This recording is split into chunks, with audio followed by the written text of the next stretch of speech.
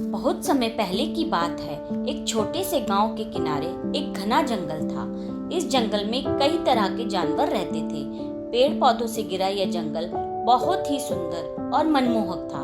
सुबह होते ही सूरज की किरणें पेड़ों के बीच से छनकर धरती पर गिरती थी, जिससे जंगल का दृश्य और भी मनमोहक हो जाता था। इस जंगल में एक चालाक लोमड़ी और एक सीधी सादी बकरी भी रहती थी। लोमड़ी का नाम चंचला था। वह बहुत ही चतुर और चालाक थी। उसकी आंखों में हमेशा एक शरारत झलकती थी और वह हमेशा दूसरों को बेवकूफ बनाने के लिए नई नई तरकीबें सोचती रहती थी। दूसरी ओर बकरी का नाम गौरी था। गौरी बहुत ही सरल और भोली थी। उसे कभी किसी पर शक नहीं होता था और सभी की मदद के लिए हमेशा तैयार रहती थी। एक दिन गर्मियों का मौसम था।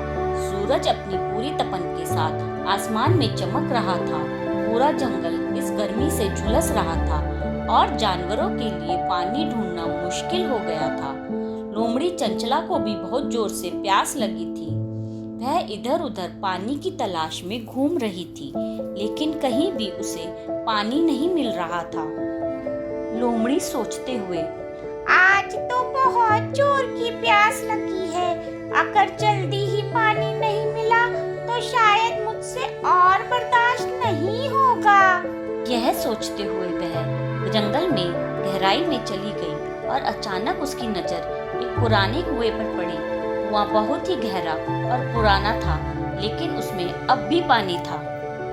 चंचला मुस्कुराते हुए, वाह, आखिरकार मुझे पानी मिल ही गया। लेकिन यह कुआं बहुत गहरा है। अगर मैं इसमें गिर गई तो बाहर कैसे आऊंगी? कुछ समय तक वह वहीं खड़ी रही, सोचते हुए कि क्या करना चाहिए। प्यास उसे मजबूर कर रही थी और आखिरकार उसने सोचा कि वह सावधानी से पानी पिएगी और फिर वापस बाहर आ जाएगी। लोमड़ी अपनी प्यास को काबू में नहीं रख पाई और धीरे धीरे कुएं के किनारे की ओर बढ़ी। उसने अपने पंजों से कुएं के किनारे को पकड़कर पानी पीने की कोशिश की, लेकिन कुआं गहरा था और पानी दूर था, इसलिए उसे थोड़ा और झुकना पड़ा। जैसे ही उसने झुककर पानी पीने की कोशिश की, उसका पैर अचानक फिसल गया और वह सीधा कुएं के अंदर गिर गई।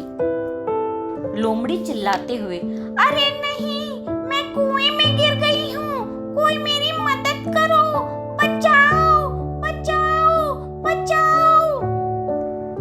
कई बार चिल्लाने के बाद भी कोई मदद के लिए नहीं आया। चंचला घबरा गई थी, लेकिन फिर उसने सोचा कि अगर वह शांत रहेगी तो कोई उपाय जरूर निकलेगा। लोमड़ी सोचते हुए, मुझे यहाँ से बाहर निकलने का कोई उपाय सोचना होगा। अगर मैं यूं ही चिल्लाती रही तो शायद कोई मुझे सुन नहीं पाएगा, लेकिन अगर मैं अपनी चतुराई से काम लूं तो शायद किसी को धोखा देकर बाहर निकल सकती हूँ। उसी समय बकरी गौरी जंगल में पानी की तलाश में घूम रही थी। उसे भी प्यास लगी थी और वह धीरे धीरे उस कुएं की ओर बढ़ रही थी जहाँ चंचला गिरी हुई थी। गौरी ने चंचला की चीखें सुनी और तेजी से कुएं की ओर दौड़ी। गौरी चिंतित होकर, अरे, यह आवाज किसकी है? कहीं कोई मुश्किल में तो नहीं है? जैसे ही गौरी कुएं के पास पहुंची, उसने देखा कि चंचला कुएं में फंसी हुई है। वह तुरंत उसकी मदद के लिए आगे बढ़ी। अरे लोमड़ी बहन, तुम यहाँ कैसे फंसी? तुम्हें चोट तो नहीं लगी?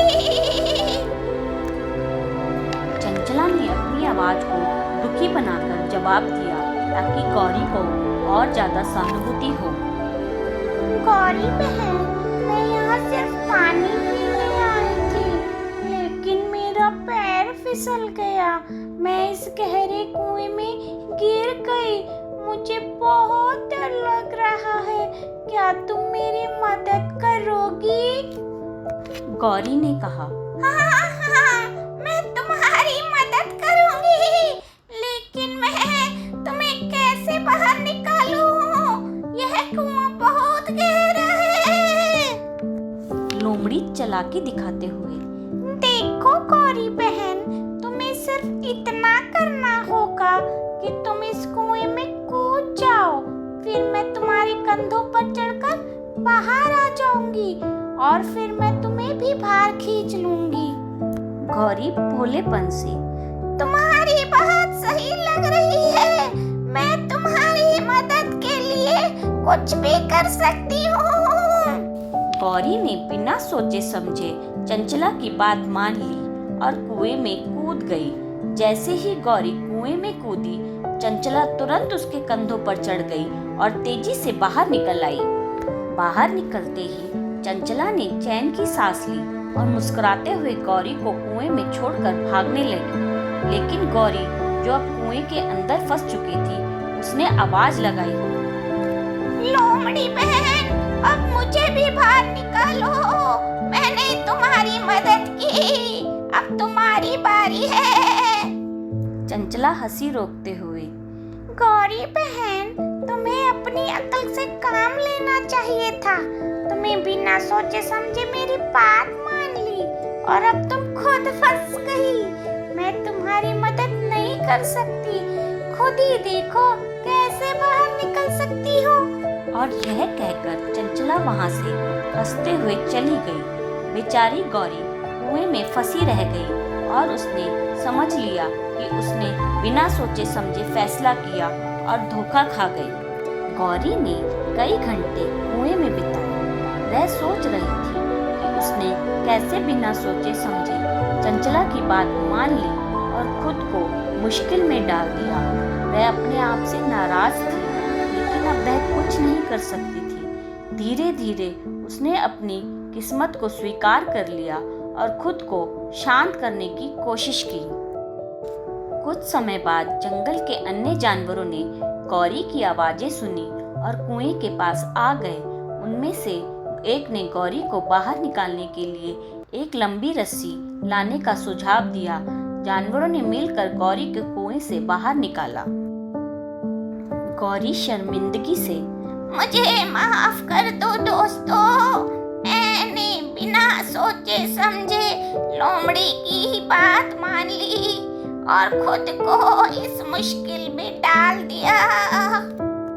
अन्य जानवरों ने उसे सांत्वना दी और कहा कि हर कोई कभी न कभी गलतियां करता है, लेकिन उनसे सीखना सबसे महत्वपूर्ण होता है। गौरी ने इस घटना से बहुत कुछ सीखा। उसने ठान लिया कि वह अब से बिना सोचे समझे किसी पर विश्वास नहीं करेगी। उसने समझ लिया कि हर बार दूसरों की बातों पर आंख बंद करके भरोसा करना सही नहीं होता और उसे अपनी बुद्धि का भी इस्तेमाल करना चाहिए। कुछ दिन बाद गौरी फिर से उस जंगल में घूम रही थी। उसने देखा कि चंचला फिर से किसी और जानवर को धोखा देने की कोशिश कर रही है। इस बार गौरी ने सोचा कि वह चंचला को सबक सिखाएगी। गौरी ने चंचला से कहा, लोमड़ी बहन, क्या तुम फिर से किसी को धोखा देने की योजना बना रही हो? चंचला हैरानी से, गौरी, तुम यहाँ कैसे हो? मैंने तो सोचा था कि तुम अब तक कुएं में ही फंसी रही होगी। गौरी मुस्कुराते हुए, मैं कुएं से बाहर आ गई, लेकिन इस बार मैं तुम्हें तुम्हारी चालाकियों का नतीजा दिखाने आई हूँ। गौरी ने जंगल के अन्य जानवरों को बुलाया और उन्हें चंचला की सच्चाई बताई। सबने मिलकर चंचला को सबक सिखाया ताकि वह भविष्य में किसी को धोखा ना दे सके। चंचला ने भी अपनी गलती मान ली और सबसे माफी मांगी। इसके बाद जंगल के सभी जानवरों ने मिलकर यह फैसला किया कि अब से एक दूसरे की मदद करेंगे और कभी किसी को धोखा नहीं देंगे। गौरी भी अब पहले से ज्यादा समझदार हो गई थी और उसने सीख लिया था कि अब हर बार दूसरों की बातों पर विश्वास करने से पहले खुद सोचना बहुत जरूरी है। यह कहानी हमें यह सीख देती है कि किसी भी स्थिति में बिना सोचे समझे किसी पर विश्वास नहीं करना चाहिए। हमें हमेशा अपनी बुद्धि का उपयोग करना चाहिए और अपने फैसलों को सोच समझकर लेना चाहिए ताकि हम धोखा खाने से बच सके। चंचला और गौरी की कहानी यह भी दर्शाती है कि कभी-कभी कठिन परिस्थितियां हमें सीखने और समझने का मौका देती हैं। धन्यवाद।